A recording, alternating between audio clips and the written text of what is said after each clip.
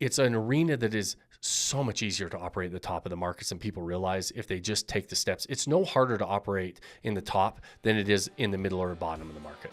It's just a different approach.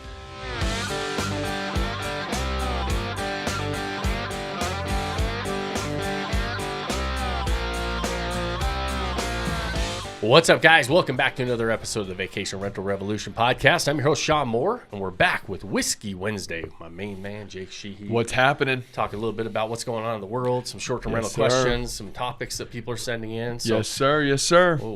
Before we start... Great day to be alive, huh? It's a great day to be alive. A great day to be alive. It is a great day to be alive. So we call this Whiskey Wednesday, and we always have our, all of our whiskeys, and we try different whiskeys. Some people send them in, and we appreciate that. I'm a fan of whiskey, but you can only drink so much whiskey, right? Yeah. There's Until a it becomes a problem. If whiskey is taken in excess. Right. And sometimes we film this and record this in the mornings. And we don't always feel like whiskey. Right. Whiskey at 9 a.m. on a Monday could be a little tough. Sometimes. So we've heard some, we were talking to Mr. Larry Fleet, who's a country music singer, and he said, a lot of times I go out on tour, and early in my career, we were pounding whiskey the whole time. Then it started to be, we just started having apple juice, and nobody knew it was whiskey. Right. So we tried that a couple times. Yeah. But we're like, this time I said, I really like whiskey, and I like the taste of it. So I ordered me some non-alcoholic whiskey. Right. For Whiskey Wednesdays. And thoughts? We tried it, and we were very disappointed. That's really sweet of you to say it like that. They sell it. First of all, it's the same cost. It's $45 a bottle, so you're paying the cost of that's $45, a medium bottle of whiskey, right? So, why? I don't really feel like we should maybe call out the company. Maybe people can see it on thing, but at the end of the day, it's supposed to taste like whiskey, and I like the taste of whiskey, so I'm like, I'll try this. Yeah, but it doesn't have like the bite or even like the smell of whiskey. No, it's just the color. It has the color. Water. It's like water with some caramel coloring, and doesn't even have the aroma. Yeah, it doesn't have the. It tastes like a little bit of flavored water of some sort. I don't even know that it's a whiskey flavor. Yeah, that's weak, man. So. If you guys are thinking if anybody has a good non-alcoholic whiskey, I'd be open because we're not always trying to drink whiskey at 9 a.m. Yeah, it's kind of tough. It's not sometimes that's not a recipe for a great work day, right? And so sometimes we aren't really drinking our whiskey on Whiskey Wednesday, but we tried to have some non-alcoholic, thinking that's not a bad little. Because I've had non-alcoholic beer and stuff, and it tastes like beer. Yeah, it's not too bad. You can have like non-alcoholic but this is just not the same, man. It's not. Well, especially look at all these, look at all the options, right? Yeah. And then you go to this, and you're like, you have a lot to compete up against, and it's not performing. It's not performing. We didn't. Teresa's like, why would you buy that? Nobody likes the taste of whiskey, so why do you? Okay, first of all, hold on. So she doesn't buy into the fact that I actually like the taste of it, but. Anyway, so as we go off the topic of the non-alcoholic whiskey, I'm not so sure that I'm going to repurchase. Probably not. That bottle. Yeah, probably not. This will probably be the last time. Yeah. But anyway, we got some good stuff today, man. We're talking about some good stuff. We got some sports news. We got this interesting, could be a world-ending apocalyptic scenario here going on. We don't know. And then we're going to dive into some STR questions. But first, man, I wanted to talk about this. This was the first time it ever happened to me, and I was at the airport. So I recently went on vacation to the beach. Dude, this happened to me. I thought this was probably kind of funny. This is the first time we do the checked bag, right? Yeah. And then we put the bag on the scale, and the guy goes, "Oh, you're 2 pounds over. You need to take 2 pounds out of your bag." Have you ever had to open up your suitcase in front of 30 other people and then start digging around trying to figure out what 2 pounds is? Yeah. That was one of the most humiliating things I think I've had to do in a long time in front of public, in a public setting. Really? Oh, yeah, I've had to do that before. We have to do it. Like it feels like on a regular basis when we go to Alaska every year. Yeah. We got all of our gear and we're like right at that limit. And depending on who's checking your bag, and sometimes they're like you can be 3 or 4 pounds over, and they're like, no problem, it's fine. Other times you're a half a pound over, and they're like, hey, open it up, take some out. And this guy wasn't having it. I go, it's still going on the plane, isn't it? Right. Me and this bag are going on the plane. What's the problem? Yeah. Bro, he wasn't having it. And it was so embarrassing having to take jeans. What the hell are you packing, bro? Bro, she brought like shampoos and conditioners, but we can't take that out, right? So now I'm like digging for shoes and jeans and stuff, and it was just, it was so terrible. That doesn't seem that embarrassing. Bro, I could tell you a story that's not made for this podcast. Okay. That we played a joke on a friend of ours, knowing that his bag was overweight. And we put some adult toys on the top of the bag as a joke, knowing that he was gonna have to open his bag and take some stuff out. So we put some like we actually had a weight, like we put a 10-pound weight in there with probably not some toys in there. He didn't. Dude, know. I'm gonna do that to my friends now. It was kind of funny. That was embarrassing for him. We thought it was hilarious. So your jeans are, just know that wasn't probably that big of a deal. Yeah, that makes me feel a little bit better that it wasn't something like that. But all right, so here we go. This is like the world-ending news right here. So scientists from astronomers. This is great news. Come up with this stuff. Okay. This is great news, bro. Astronomers at Harvard are saying that there's an object the size of Manhattan hurtling towards Earth, and the danger it possesses isn't what you're thinking. According to the new study, the space object may be an alien spacecraft that can attack our planet, possibly November 2025. So that could be it. Hey, that could be it. Could be it. We might get attacked, or they might be friendly. Who knows? I don't know. See, that was the fun conversation, right? Yeah, right. They could be. What if they're just friends? Like, what if if aliens are coming in and say hi? And come to say hi. Come to say hi. Maybe we make them some barbecue or something. See if that's a hilarious point. Let's think about this. Say aliens come. Say that they're like they want to be destructive, but then we throw them one of those like trays from Texas barbecue from Franklin's or whatever, and they try and they're like, you know what, you guys aren't that bad. Yeah. Maybe they just. Hey, we've got all these short-term rentals. We could host them. All of a sudden we have some celebrity guests coming in. The aliens from outer space. I mean, chilling in the 1% properties in the hot tub. They're gonna love it. Yeah, they're gonna love it. So the aliens, it doesn't scare you. Aliens, it doesn't scare you. No, I don't. Really? It doesn't bother me at all. I know. Everything like the movies, it's always so scary. They're gonna try and take us over. But I'm thinking maybe if they're coming here, the mothership is coming here. They probably need some help, right? Maybe, yeah. I don't think it'll be that bad, but. I would love to see one of those. And if it is, I mean, what are you gonna worry about it? Yeah. Little green dudes on the White House lawn. Yeah. The Harvard scientists are where you lost me because really, I don't feel like Harvard is on a really good run right now. Yeah. I feel like that there's been a lot of some no nonsense going on. I feel like that there's a lot of elite, self-proclaimed, elites that just haven't really had a great run lately. Yeah, once you put the word Harvard in front of stuff, it kind of gives it like a new connotation. Like, oh, they must mean, Back in the day, you used to think, oh man, those are the smartest of the smarts. Right, right. Now you just feel like they're the entitled of the entitled. And so watch it just be like a comet or something. It's not even a spacecraft. It's just like just trying to rile us up. And so I'm not. Whether it is or isn't, I guess I don't. That's a conspiracy. I mean, you know how I'm with a lot of this new stuff. I mean, this is the first time I hear about some of this stuff is when you bring it up. So. Yeah. Well, all right. Here's another thing. So that was kind of the fun one. Here's another thing. WNBA. Some of the ladies at this recent game, they wore a shirt that said, "Pay us what you owe us." Now this has become at least on TikTok, I've seen like a viral controversy because some people are saying they're tone deaf, right? And so I go to Yahoo Sports and I pull up this article and it says the WNBA has never turned a profit in its 28-year history.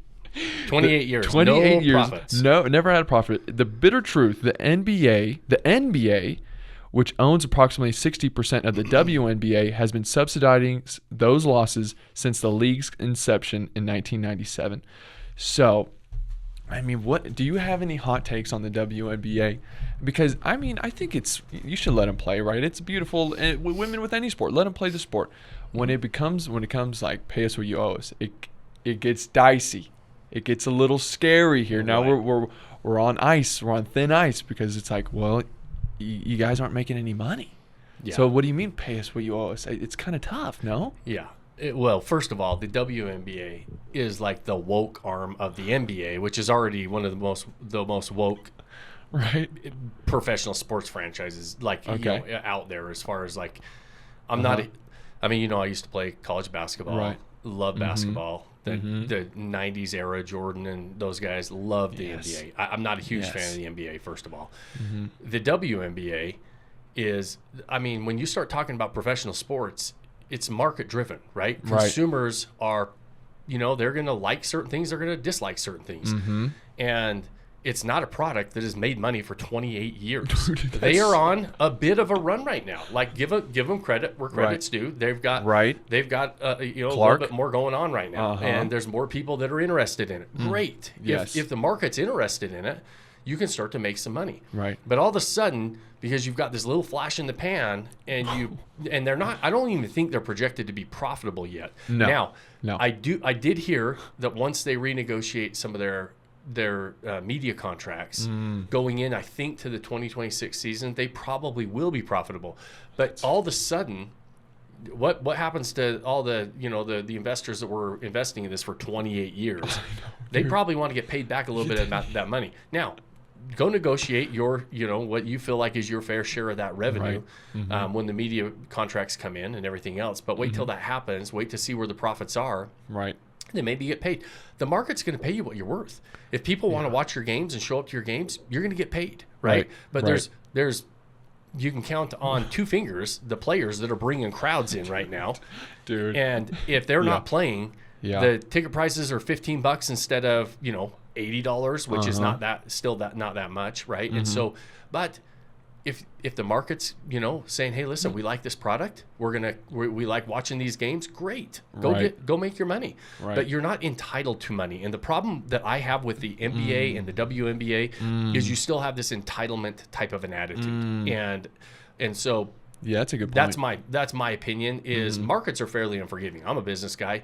We run a business. If we don't put out a good product, we can't sit and blame and say, well, pay us what we're worth because we think we're better than what the market is willing to pay us. Right. No, markets are going to pay you what you're worth, right? If you provide a service. And so if they're providing an entertainment service and value, I mean, remember, what was the NBA player's name that was, she was over in Russia and got Yep.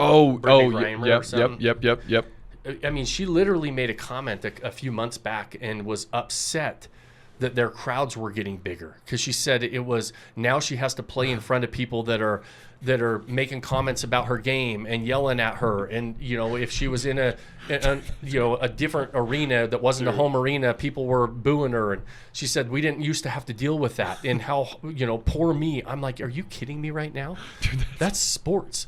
I mean, you love that. You feed on that. Then the energy of somebody booing you if you go into an opposing, team's arena or whatever. She said she literally made a comment and said it was a nice place to bring your laptop and get some work done in a quiet environment. Is what she said. That she was mad that an WNBA game turned from that to playing in front of bigger crowds and more raucous crowds. I'm like, come on. So that is yet on the other side, she's probably one of those wearing the shirt, pay me what you're worth. Well, guess what? You only get paid what you're worth when people are interested in what you have and the product you have. You have a product that is actually growing in popularity. So doesn't mean because I don't like it, doesn't mean other people don't. I mean, it is what it is. They think it is getting more, interesting to people. And so maybe you get bigger contracts. Maybe, guess what, though, Brittany? You have to play in front of bigger crowds to make more money. Dude, this is hilarious. WNBA games used to be a chill, quiet place you could bring your laptop and relax. Maybe even get a little work done. Yeah. But now it's like there's a large gatherings of people watching us from the stands. Some of them are yelling crazy S-word. What they're seeing, putting unfair pressure on us to score like we're there for their entertainment. And that's pretty gross. Bro, that's crazy. Are you kidding me? That's a crazy thing to say. I know, it is crazy when you read it. I thought it was a joke the first time I heard that and saw that. So, yeah, my opinion of that. One, hey, listen, it's a professional sports franchise. It's an entertainment company. Right. These women that are playing, if the market loves their product, they're going to get paid. Right. You're not getting underpaid. I promise you that when your league is losing $50 million a year. Dude, that's so right. Crazy. And so at this stage in the game, if your product gets more interesting and people like watching you play, great. Yeah. You have one lady that happens to be bringing in a lot of viewers. She is. And she Brittany Griner is, she doesn't like playing when Caitlin Clark's in the game because more people are there watching her. Crazy. That's crazy. Watching her on purpose, she says. Dude, I'm curious, for the NHL money, what about the women's basketball? Do you know anything about college women's basketball? I mean, is that NIL money? You mean? Yeah, NIL money. Is that the same thing? Do you know? I'm curious if they because maybe could you make more money in college basketball than you could I think they can. Yeah. Well, especially those stars, right? I mean, like the way the NIL works is they're paying individual players for their star power, and then obviously they're not everybody's paid equally across the board there. No different. I think that they probably, my guess is Caitlin probably makes more money in college, but she's also she's gonna get her sponsorship. She's gonna make way more money than what her salary is with the Indiana Fever, because the Indiana Fever is a losing organization, like a losing money type of an organization. Right. And so they not like losing. I see what games, you're saying. Right. I'm just saying, like, they don't make money, so they're not economically, they're not paying a ton of money. But some of these girls, they're gonna get. Like, I mean, some of these women have 4 or 5 million Instagram followers. You don't think they have sponsorships? You don't think they're making some money there? Absolutely, they are. Yeah. And so ultimately, they are their own product, right? They're their own brand. Oh, that's interesting. So they're gonna have those opportunities. Great, go capitalize on those opportunities. But just to go out and be your like little entitled selves of pay us not more. A huge fan. Yeah, I mean, it is what it. I don't. It's hard. That's me. I don't buy into any of that for across the board anyway. Yeah, it's a tough ask when you phrase it like that. Right. I think it's just a tough one. But okay, all right, man. So that was kind of like our trending newsy stuff that I had. Okay. Like I said, I recently stayed in an Airbnb, and I kind of had this. I thought it was like a buck wild, upside down experience. So I wanted to kind of just flesh it out with you and kind of go over some of this stuff. Okay, so here's the deal. We went to Ocean City, Maryland. Went to an apartment, I guess an apartment or a condo, I would say. Condo. On the beach. It was the beach is fantastic, but here's the thing, dude. We're on our way there, right? We're getting the plane, and then we're driving there, and then one of the friends had already arrived, and then they text us and they go, "Hey guys, just a heads up. The Airbnb is not going to provide sheets for the bed. It's not going to provide." You're already smiling, dude. Okay, for people that are just listening, he just started smiling. No linens for the bed, no paper towels, no toilet paper, no pillowcases, no beach chairs, like none of that stuff. So just heads up, on your way, just make sure to go pick all that stuff up. And I thought, whoa. Okay, so then immediately my Vodyssey mindset kicks in. I go, these people are definitely not operating in the top 1% of their market, right? So I go, okay.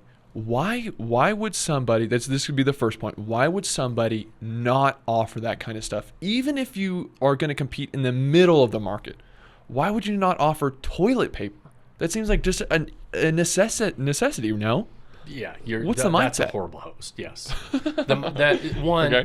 That's like the bottom of the rung. Right. I don't know why somebody would do that, honestly. Right. It's not the game where that's not even really what you're competing with at the bottom and the middle of these markets at this stage in the game. If you're going to choose to operate that way, my guess is whoever booked that was literally shopping on price. Yeah. And they were just finding the cheapest option that was available.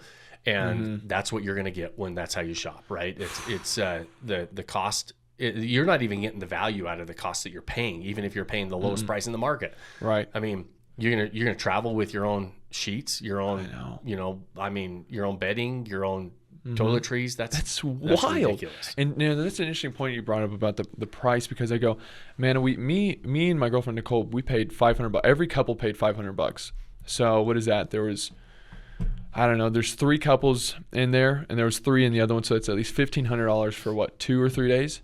So I mean, it's a fair chunk of money, but like if you're gonna operate in the top, right? You're gonna operate in the top. You could make so much money. No, if I'm gonna pay $500 for this cheap place, it's not even gonna give me toilet paper. Right. Imagine what it could be with fully decked out with the amazing artwork and all the stuff we teach. It's like it really opened my eyes. Like, oh wow, people that are operating at the top, really, you're the secretariat in horse terms. You're laps ahead of everybody else if that's how you're going to operate, was the first thing. Second thing was I was curious about the cleaning fee, because I was at the last day I started doing the dishes, and then Nicole comes up to me and she goes, "Why are you doing the dishes? We paid a cleaning fee." And then one of the couples goes, "No, you have to. It's in the rule book. You have to make sure all the dishes are clean." And I go, "Hold on a minute. Okay, hold on. I don't mind doing the dishes because that's just I don't mind doing it, but what is the point of the cleaning fee if I can't leave dishes in the sink or somewhat of a mess. Why would I pay to clean it? Right? Yeah.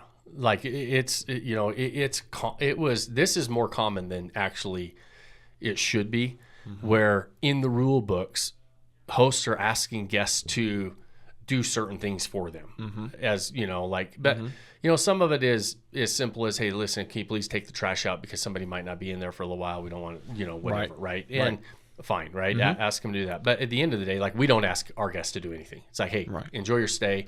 Have a great trip. We hope you travel safe, blah, blah, blah. Most people naturally semi-clean up after themselves anyways without asking. Yeah, it was. Second, when you do ask, you have that reaction is, well, what am I paying for? Right. In this case, too, really, what are you paying for? Because they're asking they're not doing any linens, it doesn't sound like. No. That's what takes the longest time on cleaning is actually washing drying and cleaning up and resetting all the beds and doing all the linens. That takes the longest time. The other stuff actually doesn't. I mean, you clean it up, but switching out the bedding and cleaning the linens is what takes the longest amount of time. And so in that case, So say somebody wants to have that. They want to give their guests the experience of, you don't even worry about anything. Just like, we don't have to do anything. So would you then work the cleaning fee into the price, or would you just put it in the rule book? Or how do you handle that? No, well, guests are used to paying a room rate plus a cleaning fee and taxes. Now, Airbnb is starting to lump that all together. Right. So it's just, you see everything together. The cleaning fee is in the rate of the room, which I think is really smart, because there was a lot of people that would have a cheaper room rate and they would attract the guest, but then they would try to make it up for it on the cleaning fee. And they would charge double or triple what an actual cleaning fee really was charging. And they start making money on that. So now you just lump it in together so the guests can see what your overall cost with room plus cleaning. So now the way that it is showing to the guest on Airbnb as an actual like part of the room rate, you can lump it in or keep it out. It doesn't matter. Cleaning to me is a full pass-through expense. When it comes to the rules, I think it's crazy to ask your guests to do a whole bunch of laundry list of items before they check out. I really don't like it. Yeah. I think that I think it is, one, most people are probably not paying attention to it, except for the person who booked it thinking, well, I don't want to get charged an extra fee because you guys didn't do what we were supposed to on the rules. But when you have a laundry list of things, of to-dos for your guests before they check out, that's, unless it is like a off-the-grid remote type of a cabin that's check-in, like self-check-in, self-check-out, and then the next guest is coming in and it's really not getting a full turnover. There are off-grid properties that are kind of like that. Right. That makes sense. That would be the exception.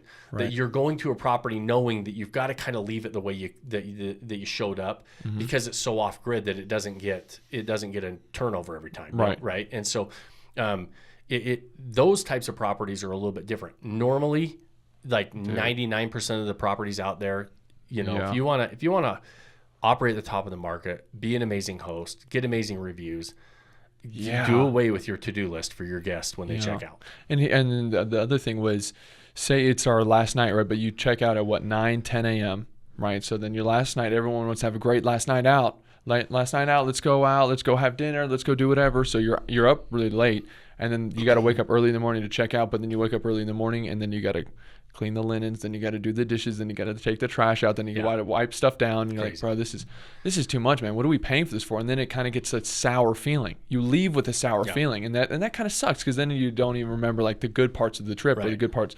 So that was kind of I'm very curious. And then another thing I wanted to touch on was how important the guest book is. Because when you open that thing up, we're looking for the Wi-Fi password, and then you have all all of these rules, and it's not written tonally in a kind voice. Yeah. dude, it was a real like, hold on a minute. They just kind of, and it's not a good feeling. How should somebody prepare their guest book or have that ready for the guest? What's the best way? So first of all, you're exactly right. And this is something that people do all the time. Hosts lay the law down with their guest book, kind of in a sense. And the tone is, hey, here's the rules. You better follow them. Here's the consequences. If you don't do this, this is what I'm going to do. And it has this horrible tone to set the stage for an amazing stay. Your guest book should be there as a resource for your guest. And find the Wi-Fi password, tell them your favorite restaurants. If you're going to mention some house rules and some things that are important, you've got to do it in a tone that is like, hey man, I hope you enjoy this property as much as we do. Here's some things we found helpful when we're lighting the fireplace. We're going to, do this so that you don't have any issues with, smoke backing up or whatever, right? Like say it in a tone that is more of a resource and a helpful hint instead of I'm laying the law down and you better follow my rules or else this is going to happen. That was ours. That is way more common than you realize in this game, and immediately it sets the tone for not a very fun stay. Right. And immediately, the nicer you are, the more you give your guests. Like when I furnish properties, we use high-end furnishings, we use high-end artwork, we use high-end and spend a lot of money on different amenities throughout the property. And a lot of people are like, man, aren't you worried about that? It's just a renter. Right. The more money we spend, the nicer the experience that we provide, the better our guests treat the property by far. The worst ones are when we see properties, we don't do this, but we see properties all the time that have that tone of, here's the rules, here's the regulations, if you don't follow them, this is the consequences, and you have all this laid out, and immediately that tone is, the guest is like, man, screw this person, I'm not, they don't care about your stuff. They don't take your shoes off. They don't sweep up after themselves. They're not getting, like when you treat them like that, they ultimately, naturally, it's almost like that law of reciprocity in reverse happens. They're going to treat you bad too. And you don't want that. It's a recipe for not a great stay, not a great guest experience, but also not a great way for the guest to treat or leave your property as well, because there's no motivation for them to do it. You're like, hey, listen, you treat people how you want to get treated, and that goes good or bad. And you treat people bad, you're probably going to get bad in return. And unfortunately, most people, that's how human nature is and operates. As a competitor in the space, and I always tell people, this is an arena that is always going to be a mom and pop business. So we are always going to have hosts doing this kind of stuff that you're talking about. It's an arena that is so much easier to operate at the top of the markets than people realize if they just take the steps. It's no harder to operate in the top than it is in the middle or bottom of the market. It's just a different approach. But so for part of me as a competitor is like, just do your thing, because I'm going to crush you. Right. When we compete against you. Right. Keep those books. Exactly. Do it how you want to do it, because we'll absolutely crush you. The issue with that is, on the flip side is, the more we can raise the bar in the industry, the more that we can, like, short-term rentals are a mainstream asset class. If hosts aren't continuing to raise the bar and stories like that get out, you have people like you that really liked, would resonate toward a short-term rental. They can travel as a group and everything else. And you're like, man, that last one wasn't very fun. I'm just going to go to the predictability of a hotel. And so as a host that is investing in this space and wanting to be in it long-term, you want to see everybody else raise the bar as well. Right. Because there's still going to be plenty of money to be spent by the consumer in the top of these markets. And so, it's two sides of a coin, because part of you is like, as a competitor, I'll just crush you in the market.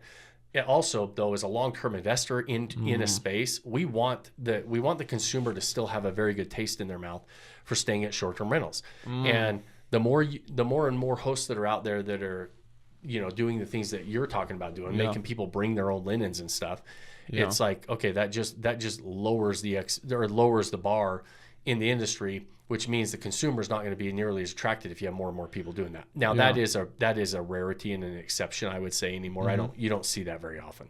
So the fact that you guys had a property like that, it was wild. But okay, so I love that's a really good mindset of wanting to raise the bar. But I mean, I don't think I would go back to the hotel, especially with the group. I like the Airbnb, I like the Verbo, I want to stay with the short-term rental.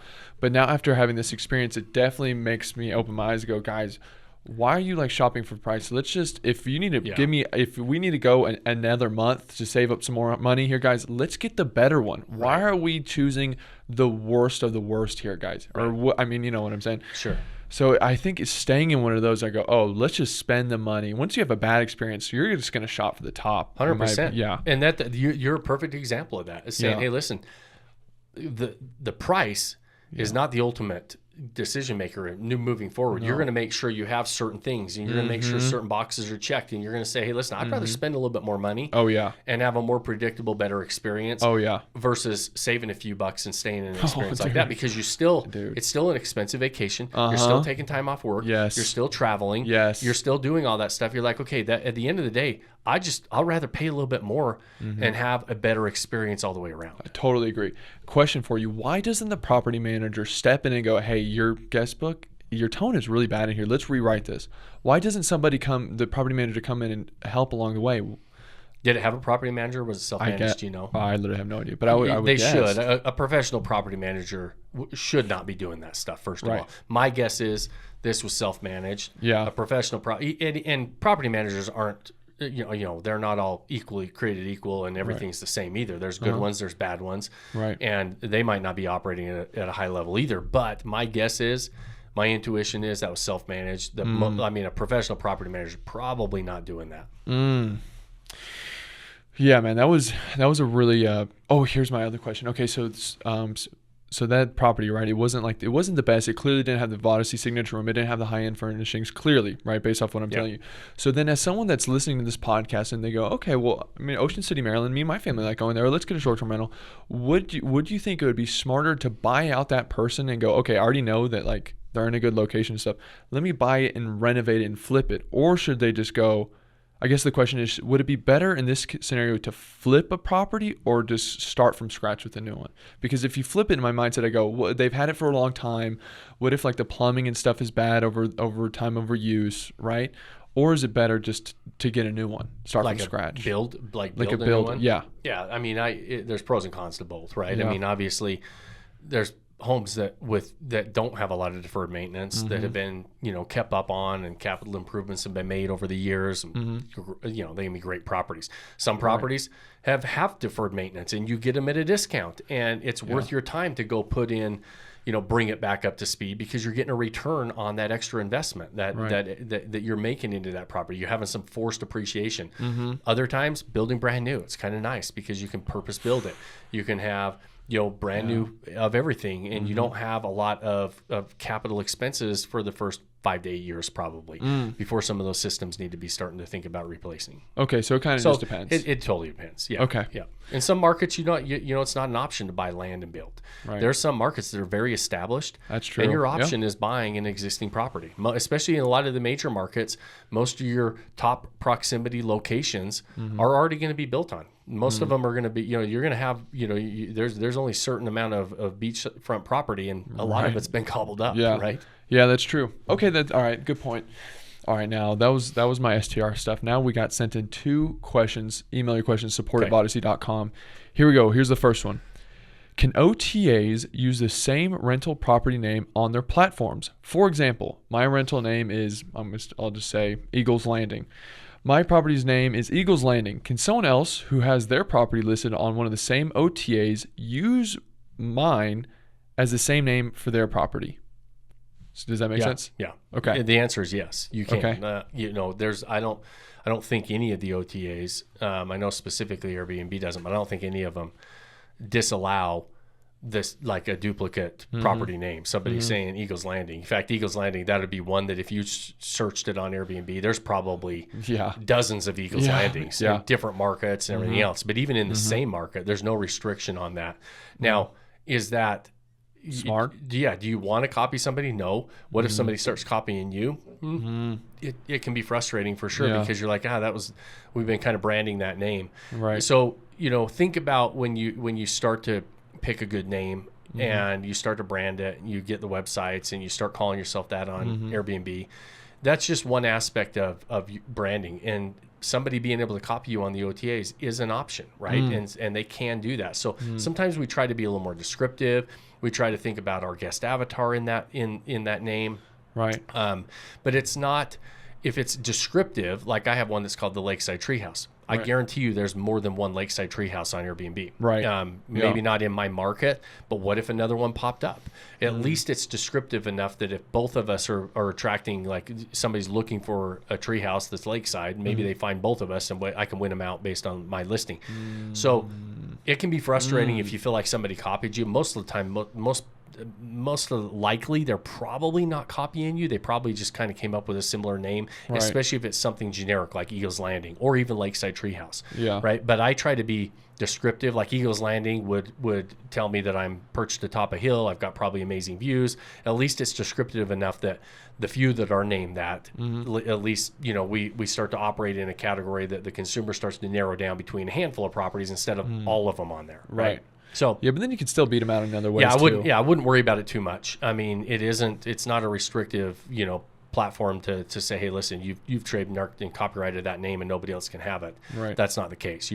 Somebody else can name their property that. But you would never recommend somebody copied someone else's name. No, I don't see why you would. I mean, it doesn't make any sense. If you see somebody else out there with the same name, I mean, you're better off trying to pick a more unique name for your property for sure. And then how does that tie in with like the direct bookings? You know, if you have the lakesidetreehouse.com but then what if the other guy has lakesidetreehouse.net or whatever? Yeah. And it's like, well, then you kind of now your direct booking is now going to it could be going to them. Yeah, could. So if you're running a bunch of advertisements, most of the time, most advertisements nowadays people aren't typing in web addresses. They're just clicking links.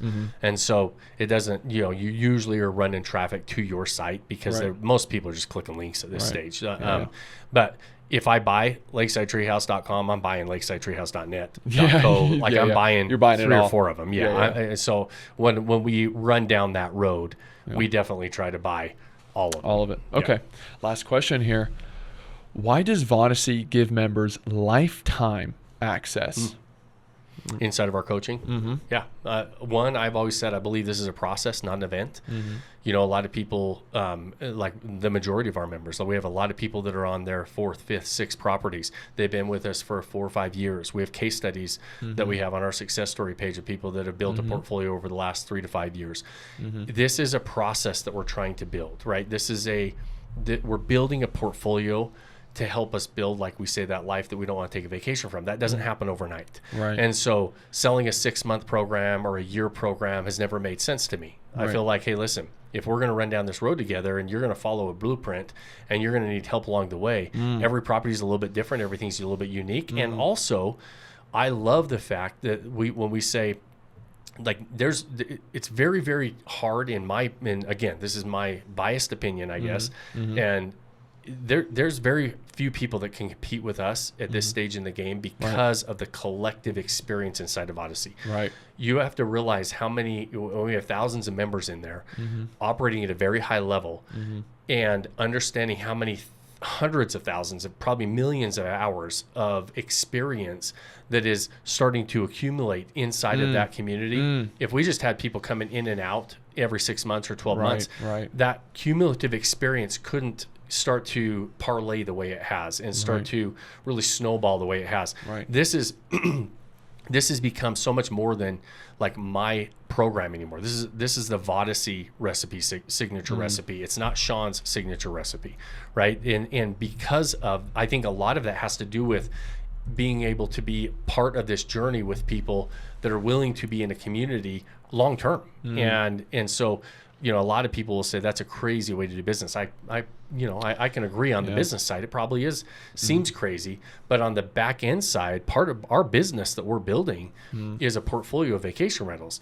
If we can all leverage and tap into that collective experience, and people, one, have the ability to be part of that lifetime, but also they give back for the lifetime, right? It's not just take. Right. Once, you know, they start buying property, number one. Number two, guess what? They're starting to learn things and they're gaining experience that we didn't have on that same, because every acquisition's a little bit unique. And so this cumulative experience and then being able to give back, like for the long term, it's just exponential returns and just getting so much further ahead. A solo entrepreneur that's solo investor running down that road, there's no possible way they can accumulate that type of experience probably in their lifetime of investing at this stage in the game. Wow. It also gives in my opinion, it kind of gives like a family feel to it. Exactly. It kind of makes you feel like you're buying into a group that's like gonna be here. It's not like a timer all of a sudden started on you. And like, what happens if shit happens, man? Yeah, something happens. Your family, something happens. Exactly. Life happens, and you go, man, I don't think I'm gonna be able to do it this year. But then at the end of the year, they go, oh, hey, well, since you're gonna sign on another year, it's gonna cost this money. But no. You're a part of this. You're gonna be here for life. How often do we have that in the community? Hey guys, I'm back. I had to take a little bit of time off. This is, some things happened in my life, but I'm back in action. Yeah. And they made a significant investment when they decided to make the decision. And then, like you said, life happens, and they can put a pause on that because that's not the road that they were able to run down because they were focused on some more urgent matters at the time, right? Whatever those were. But that happens all the time. And they have the ability to now come back and say, hey, listen, I'm ready to roll, and let's get after it. Yeah. There's a lot of benefits to it. There's a lot of ways and reasons I believe in it. I'm in I pay a small fortune to coaches, and I don't have any of them that tell me I'm making a good business decision doing it. But that has never changed over 6 years, and it's something that we believe in and something that we continue to double down on. But I think that we get amazing returns because of it. Because like you said, it becomes a family. You're in it long term, and good, bad, or ugly, we're sharing those experiences together and that collective knowledge and being able to leverage that collective knowledge to really continue to raise the bar and just stay so far ahead of the pack at this stage in the game. It's pretty fun. Yeah. I love it, man. Yeah. That's it. That's all. Everything I had for today. Okay. Email support@vodyssey.com. Come join. Come be a part of the family. Yeah, come join. Come be a part of the family. You want to have a conversation about that? If you have a question, you just want to answer it on the podcast, email those into support@vodyssey.com as well. We will probably be back to either apple juice or real whiskey next time because this fake whiskey was not something that we're going to probably double down on. It has an interesting smell to it. I know. I can't figure out what it is. It's got an interesting smell. Anyway, sorry to interrupt. All right, guys, we'll wrap it up. We appreciate you spending your time with us. We know it's valuable. Thanks for spending it with us. Our goal is to help you walk into this game with your eyes wide open. If you got value out of this show, know somebody else that would get value out of that as well and be a part of these conversations. Share the show. Those things help us. We appreciate it very, very much in this day and age where we're inundated with all kinds of information. If you can share the show, those things help us. If you have more than 30 seconds, like it, review it on whatever platform you're watching or listening on. And the final, most important thing I ask you at the end of every episode, pick that one thing you can do today to start building that life you don't want to take a vacation from. Cheers, my friends. Cheers, buddy. Cheers. Thanks for joining us on this episode of the Vacation Rental Revolution podcast. Share this with other people you think need to hear about it. And don't forget to subscribe and leave us a review. Hey Grace, is there a website? Yes! For more amazing content and expert advice, visit Vodyssey.com. Thanks for listening, and we'll see you on the next episode.